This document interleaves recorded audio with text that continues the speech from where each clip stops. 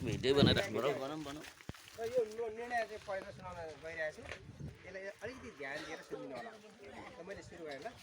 आज मिति 2082 साल 1 महिना 31 गतेको दिन इलाम जिल्ला चिलाचुली गाउँपालिका वार्ड नम्बर 5 र दमक नगरपालिका झापा बीचको सिमाना क्षेत्रमा हंसेदुम्से सामुदायिक वन दमक र रवि चिसापानी फाल्नन्दा सडक क्षेत्र दमक नगरपालिकाबाट अव्यवस्थित फ्याँकिएको फोहोर मैलाले उत्पन्न समस्याहरूलाई समाधान गर्न प्रभावित क्षेत्रका आम वासीहरूको भेला निम्न प्रस्तावमाथि व्यापक छलफल गरी निम्न प्रस्तावहरू पारित गरियो। उपस्थित भनेर मैले भनेर निर्णय भयो ल। निर्णय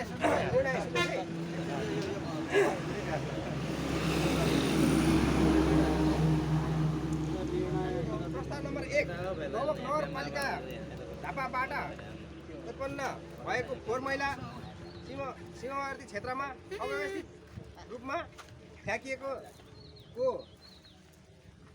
जसले सीमावर्ती क्षेत्रमा चुलाचुली 5 को अव्यवस्थित क्षेत्रको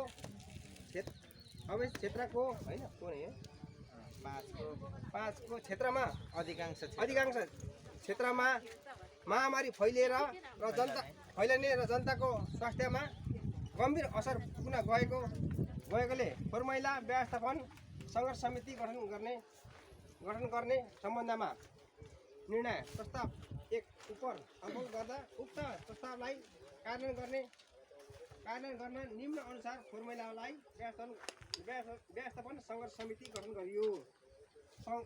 संयोजक बबिन राई हैन, संयोजक रामप्रसाद तामाङ बल, सदस्य पृथ्वीनारायण राई, सदस्य चन्द्र राई, सदस्य मानबहादुर लिम्बू, सदस्य सञ्जीव कुमार राई, सदस्य मिनबहादुर मिना लिम्बू, सदस्य भीमबहादुर तामाङ, सदस्य फुर्वा दोर्जे तामाङ, सदस्य अविनाश तामाङ, सदस्य उमा चामलिङ राई।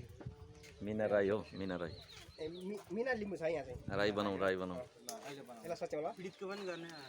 प्रस्ताव नम्बर 2 सङ्घर्षका कार्यक्रम सम्बन्धमा सङ्घर्षको कार्यक्रम निर्णय नम्बर 2 प्रस्ताव नम्बर 2 उपर छलफल गर्दा निम्न अनुसार सङ्घर्षको कार्यक्रम तयार गरियो।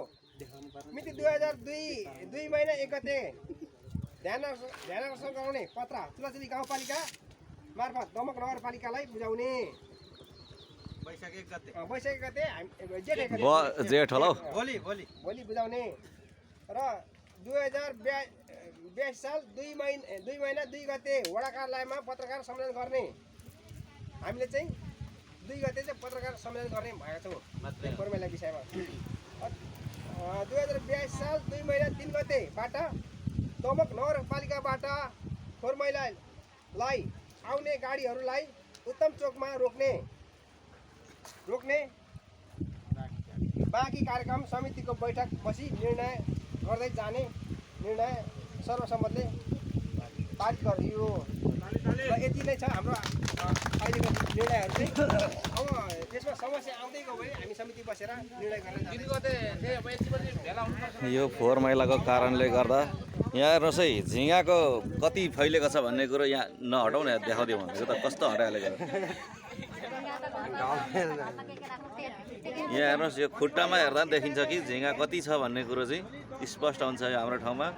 यो अत्याधिक मात्रामा चाहिँ फोहोर मैला फैलेको कारणले गर्दाखेरि हाम्रो यो दमक नगरपालिकाले गरेको फोहोर मैलाको यो कारणले गर्दा हामीलाई असर परेको छ।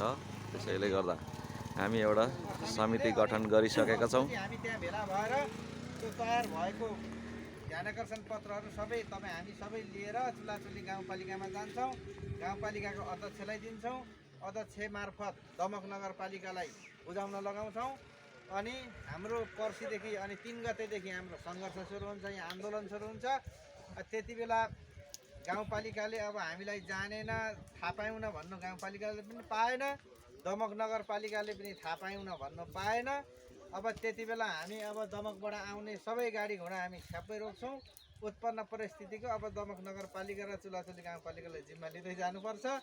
चाहिने के हो हामीलाई सहयोग गर्दै जानुपर्छ। अनि अब 3 गतेदेखि चाहिँ हामी सङ्घर्षमा उत्रिन्छौँ। त्यसमा चाहिँ अब यो चाहिँ समिति गठन गरियो, समितिको मात्रै काम हो भनेर तपाईँहरूले नभनिदिनु होला। हामी सबै आएन भने 11 जनाले केही पनि हुँदैन। भोलि त यो 11 जना मात्रै उहाँ गाउँपालिका गएर पनि केही हुनेवाला छैन। यो 11 जना मात्रै यहाँ आएर गाडी रोके पनि केही हुनेवाला छैन। 11 जना त समिति निर्माण हो, यसको सबै परिचालन गर्ने समिति मात्रै हो। तर तपाईँ हामी सबै भेला हुन भने हामीलाई काहीँ कतैबाट पनि हामीलाई गल्ती हुनेवाला छैन। अलि जनमानसको पनि त्यहाँ चाहिँ आवश्यकता पर्छ क्या। जनता साँच्चै जागेकै रहेछ भन्ने पनि देखाउनु पऱ्यो नि हामीले। 11 जना मात्रै लिन्ठिङ्गे वार्डध्यक्ष संयोजकहरू मात्रै लिन्ठिङ्गे हो त्यो पत्याउँदैन। आम जनता उत्रिएको चाहिँ साँच्चै नै यो समस्या रहेछ भन्ने हिसाबले हुन्छ। त्यस कारणले यो तपाईँहरूले चाहिँ सबै उपस्थिति भइदिनु होला। भोलि 10 बजी वडा कार्यालयमा पर्सिको दिन हामी हामी सल्लाह गरेर पत्रकार सम्मेलन कति बजी गर्ने हामी टुङ्ग्याउँछौँ। अनि पत्रकार सम्मेलनमा समिति अनिवार्य, समितिभन्दा बाहेक अरू पनि भेला भइयो भने आउनु। अनि झन् राम्रो हुन्छ। अनि 3 गतेदेखि चाहिँ अब हामी उत्तम चौकमा